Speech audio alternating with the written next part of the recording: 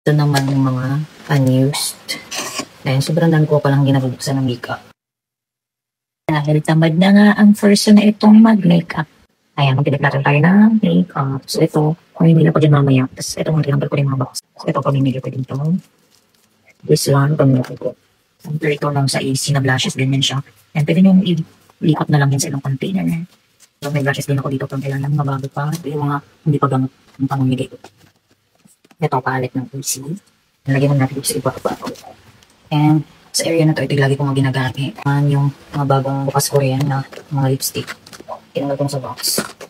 And ito, yung mga luma kong makeup na expired na. Marami pa nakatago dito ng mga expired na. Collection na ng expired. So dito naman yung mga unused.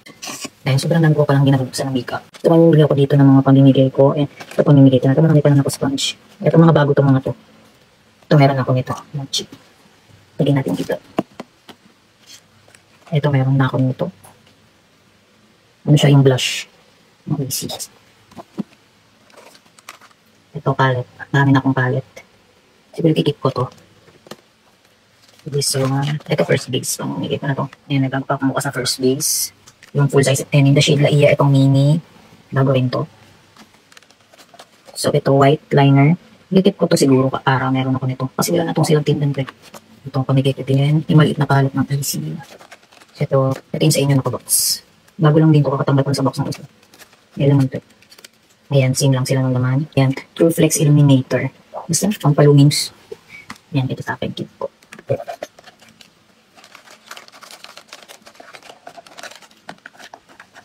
Ayan, mga sealed pa na mini tints.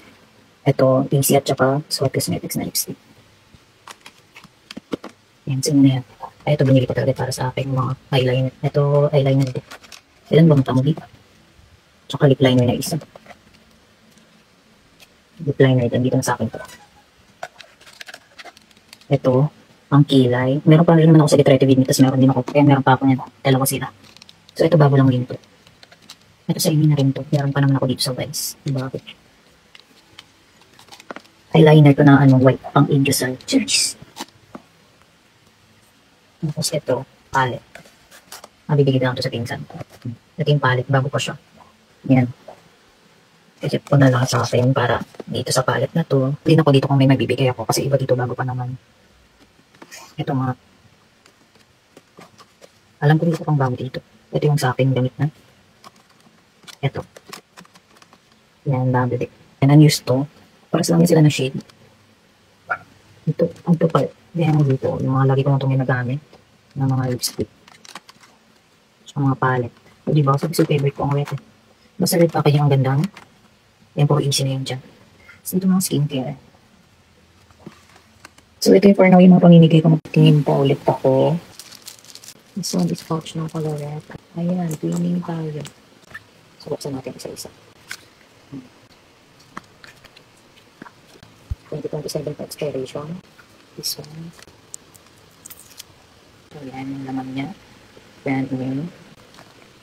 This one, blush. Blush na. 2026 pa expiration. Ito, palette ng AC. Magnetic palette. Ito yung mini version. Ito, first base.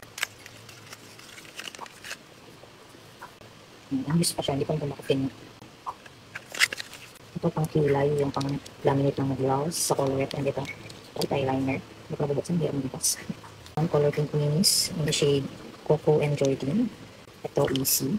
Lipstick to yung bullet lipstick nila. In the shade Ruta. Ito, perfect pang Christmas. It's red. 2027 yung expiration.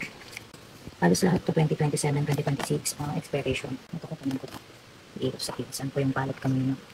So yan, ito yung mga pamimigay ko. Konti lang to pero sana yan natuwa sa inyo pag binigyan ko nito. Comment lang kayo dyan mga biko ano yung gusto nyo mga tanggap dito and mamimili ako. May mga pamimigay pa ako mga SB19 merch and mga damit. So hintayin nyo lang yan.